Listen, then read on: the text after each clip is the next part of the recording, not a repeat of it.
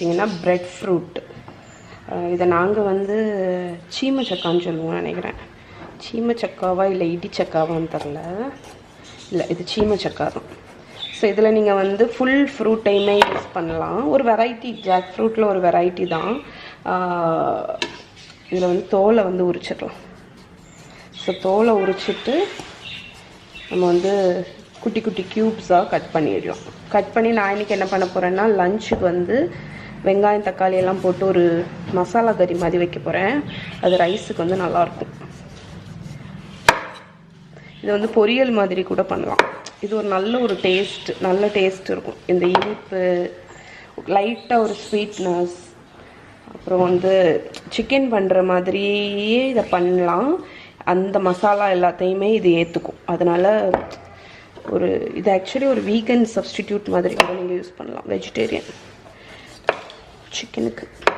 So இதை ஃபுல்லாக feel பண்ணிவிட்டு காணிக்கிறேன். இதுக்கு தேவையான வெங்காயம் தக்காளி பச்சை மிளகாவை கட் பண்ணியாச்சு. இப்போ இதை பீல் பண்ணி வச்சுருக்கோம்ல, இந்த பிரெட் ஃப்ரூட்டையும் கட் பண்ணிடலாம்.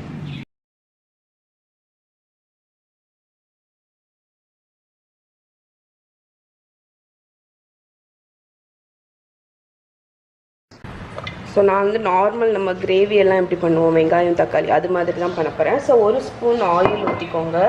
இந்த ஆயிலில் கொஞ்சமாக சோம்பு, அதை தாளிச்சிடலாம்.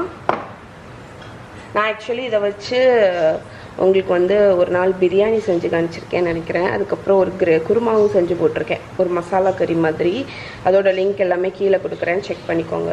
ஸோ இது பொரியட்டும். இப்போ வந்து வெங்காயம் பச்சை மிளகாவை ஆட் பண்ணிடலாம். கூடவே தக்காளியும் ஆட் பண்ணிடுறேன். ஸோ ஒரு பெரிய வெங்காயம், 2 சின்ன தக்காளி, அதுக்கப்புறம் ஒரு 3 பச்சை மிளகா. இதை ஒரு 2-3 மினிட்ஸ் வதக்கி விட்டுறலாம். இது கொஞ்சம் வதங்கி வரட்டும்.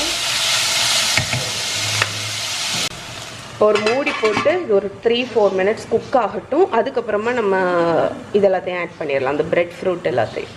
இப்போ ஒரு 3 மினிட்ஸ் இது குக் ஆகிருக்கும். இதில் வந்து ஒரு டேபிள் ஸ்பூன் அளவுக்கு இஞ்சி பூண்டு பேஸ்ட் ஆட் பண்ணி வதக்கிடலாம். ஸோ அது ஆக்சுவலி நம்ம வெங்காயத்துக்கூடயே போட்டுக்கணும், நான் மறந்துட்டேன். ஓகே, ஸோ இதுவும் கொஞ்சம் நேரம் வதங்கட்டும். இப்போ நம்ம ஸ்பைஸ் பவுடர்ஸ் எல்லாம் ஆட் பண்ணிடலாம். இப்போ நம்ம ஸ்பைஸ் பவுடர்ஸ் எல்லாமே ஆட் பண்ணிடலாம். ஃபஸ்ட்டு வந்து கொஞ்சமாக மஞ்சள் பொடி, அதுக்கப்புறமா சில்லி பவுடர், சாதா பவுடரும் ஆட் பண்ணுறேன், காஷ்மீரி பவுடரும் ஆட் பண்ணுறேன், காஷ்மீரி சில்லி பவுடர், அப்புறம் கொத்தமல்லி பவுடர், அது ஒரு 2 டீஸ்பூன்.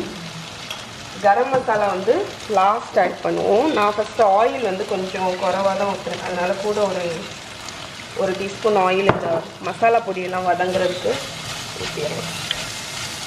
ஸோ இந்த பவுடர் எல்லாத்தையும் கொஞ்சம் ஒரு 1 to 2 மினிட்ஸ் வதக்கிடலாம்.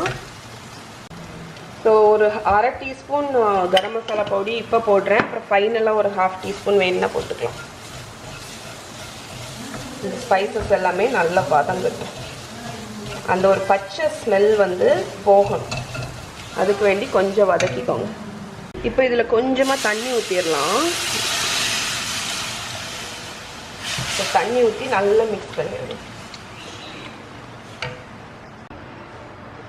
தேவையான அளவு உப்பு போட்டுக்கலாம். இப்போ நம்ம கட் பண்ணி வச்சுருக்கோம்ல, இந்த பிரெட் ஃப்ரூட் அவ்வளோத்தையும் ஆட் பண்ணிடுவோம். ஸோ இது வேகிறதுக்கு ஒரு 10 நிமிஷம் தான் ஆகும் உங்களுக்கு. ஸோ இது வெந்ததுக்கப்புறமா ஃபைனலாக நான் கொஞ்சமாக கோகோனட் மில்க் ஊற்றிடுவேன், தேங்காய் பால் ஊற்றிடுவேன். நீங்கள் வந்து ஒன்று தேங்காய் அரைச்சி போடலாம், இல்லாட்டி இது ஊற்றலாம். இப்போ இதை நல்லா மிக்ஸ் பண்ணிடுங்க. நான் உப்பு ஆட் பண்ணியாச்சு, மசாலா பொடி ஆட் பண்ணியாச்சு, எல்லாத்துலேயும் இது வந்து போட்டோன்னா இது வந்து ஒரு என்ன சொல்ல, ஒரு ப்ரெட்டு மாதிரி அப்சர்வ் பண்ணும் ஃப்ளேவர்ஸ் எல்லாத்தையுமே. இது அப்படியே அப்சர்வ் பண்ணி இது குக் ஆகும். ஸோ மூடி போட்டுடலாம். மூடி போட்டு அகேன் இது ஒரு மீடியம் டு லோ ஃப்ளேமில், மீடியம் டு ஹை ஃப்ளேமில் வந்து ஒரு 10 நிமிஷம் வேகட்டும். ஸோ இப்போ பார்த்தீங்கன்னா நம்மளோட பிரெட் ஃப்ரூட் வந்து கம்ப்ளீட்டாக குக் ஆகிடுச்சு. இப்படி நீங்கள் வெட்டி பார்த்தாலே உங்களுக்கு தெரியும். இந்த டைமில் நான் ஒரு 1.5 கப் அளவுக்கு தேங்காய் பால் வச்சுருக்கேன், அதை ஆட் பண்ணிடுங்க. அதை ஆட் பண்ணி நல்லா மிக்ஸ் பண்ணி விட்டுறலாம்.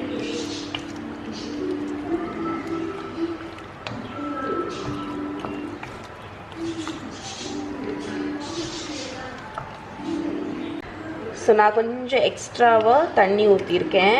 ஏன்னு பார்த்தீங்கன்னா எனக்கு இது தேங்காய் பாலில் வந்து இது கறி வந்து கொஞ்சம் ஒரு 5-6 நிமிஷம் இருக்கணும். அதனால கன்சிஸ்டன்சி கரெக்டாக வரதுக்கு வேண்டி தேங்காய் பால் ஊற்றிருக்கேன். டேஸ்ட் பார்த்துக்கோங்க. டேஸ்ட் பார்த்துட்டு எந்த பொடி வேணுமோ உப்பு வேணுமோ ஆட் பண்ணிக்கோங்க. நான் கொஞ்சம் கரம் மசாலா பவுடர் மட்டும் ஆட் பண்ணுறேன். ஆட் பண்ணி நல்லா மிக்ஸ் பண்ணி விட்டுறேன்.